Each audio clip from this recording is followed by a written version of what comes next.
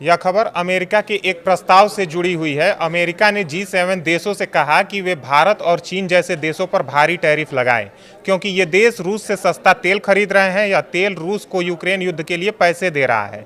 दरअसल G7 7 बड़े अमीर देशों का एक समूह है, जिसमें America, Canada, Japan, Germany, Britain, France और इटली शामिल हैं। ये देश मिलकर दुनिया की बड़ी समस्याओं पर चर्चा करते हैं। हाल ही में शुक्रवार को G7 के वित्त मंत्रियों की एक ऑनलाइन बैठक हुई। इस बैठक में रूस पर और भी सख्त सैंक्शंस लगाने की बात हुई। अमेरिका के वित्त मंत्री स्कॉट बेसेंट ने कहा कि G7 देशों को एकजुट होकर रूस को कमजोर करना चाहिए।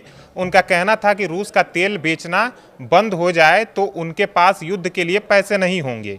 यूक्रेन पर रूस का हमला 2022 से चल रहा है। अमेरिका और उसके दोस्त देश रूस को दबाना चाहते हैं ताकि यह युद्ध जल्द से जल्द समाप्त हो सके। इसी क्रम में बैठक में एक और फैसला हुआ। पश्चिमी देशों द्वारा जब्त की गई रूसी संपत्तियों को यूक्रेन की रक्षा के लिए इस्तेमाल करने की बात तेजी से आगे बढ़ाई गई। अमेरिका का कहना है कि भारत और चीन रूस से सस्ता तेल खरीदकर उसे मदद कर रहे हैं। रूस यूक्रेन युद्ध में फंसा हुआ है, इसलिए वह अपना तेल बहुत कम दाम पर बेच रहा है।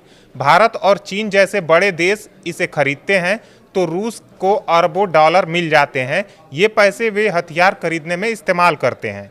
अमेरिका इसे बर्दाश्त नहीं कर रहा। अमेरिकी वित्त मंत्रालय के एक अधिकारी ने कहा कि G7 और यूरोपीय संघ को चीन और भारत के सामान पर भारी टैरिफ लगाना चाहिए। इससे वो रूसी तेल खरीदना बंद कर सकते हैं।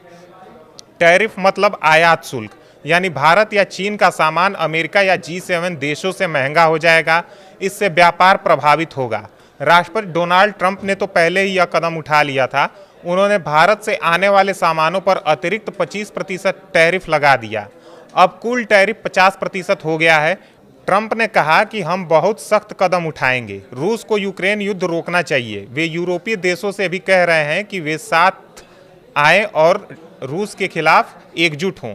ट्रंप का गुस्सा रूसी राष्ट्रपति व्लादिमीर पुतिन पर भी है, जो युद्ध नहीं रोक रहे हैं।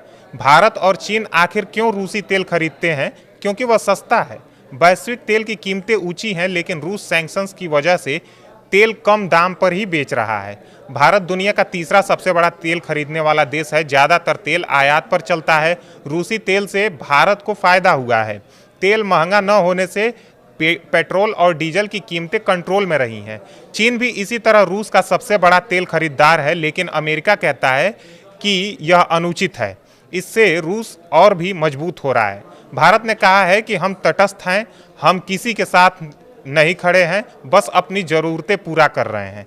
लेकिन अब अमेरिका का दबाव लगातार बढ़ रहा है। अमेरिका भारत का एक बड़ा ट्रेड पार्टनर है और टैरिफ विवाद के चलते दोनों देशों के बीच निर्यात कम हो सकता है और कीमतें बढ़ सकती हैं। बहरहाल G7 देशों ने अगर भारत और चीन जैसे देशों पर भारी टैरिफ लगाने का प्रस्ताव पास किया तो वैश्विक व्यापार बदल जाएगा। भारत चीन के सामान महंगे होंगे तो उपभोक्ताओं पर भी इसका असर पड़ेगा। रूस की तेल बिक्री कम होगी तो उसके पास युद्ध के लिए पैसे कम पड़ेंगे, लेकिन भारत जैसे विकासशील देशों को नुकसान ऊर्जा संकट के रूप में ही अधिकांशतः सामने आएगा। G7 का कहना है कि वह पुतिन की युद्ध मशीन को रोकने के लिए किसी भी हद तक जा सकते हैं। अमेरिकी मंत्री बेसेंट स्पेन के मैड्रिड आ रहे हैं। वहाँ चीनी उप प्रधानमंत्री से व्यापार, टिकटॉक बिक्री और मनी लॉन्ड्रिंग पर उनके द्वारा चर्चा की जाएगी। यह दिखाता है कि अमेरिकी व्यापार को हथियार बना रहे हैं। कनाडा G7 का मौजूदा अध्यक्ष है और इसने बैठक की अगुवाई की है। उनके मंत्री ने कहा है कि और भी अधिक कदम रूस के खिलाफ उठाए जाएंगे। यह खबर बताती है कि कैसे एक युद्ध आर्थिक युद्ध में बदल जाता है। अमेरिका और G7 रूस को अलग थलग करना चाहते हैं, लेकिन भारत चीन जैसे देश अपनी स्वतंत्र नीति पर अड़े हैं। क्या यह टैरिफ लग पाएगा? क्या युद्ध रुकेगा? ये तो समय ही बताएगा। लेकिन एक बात साफ है कि वैश्विक संबंध तनावपूर्ण हो रहे हैं। हमें यह देखना होगा कि भारत इसका जवाब कैसे देता है। क्या हम रूसी तेल छोड़ेंगे या अमेरिका से समझौता करेंगे? यह प्रस्ताव न सिर्फ राजनीति बल्कि हमारी जेब पर भी असर डालेगा। दोस्तों, आप क्या सोचते हैं? कमेंट बॉक्स में G7 के इस फैसले के बारे में जरूर बताइएगा। धन्यवाद।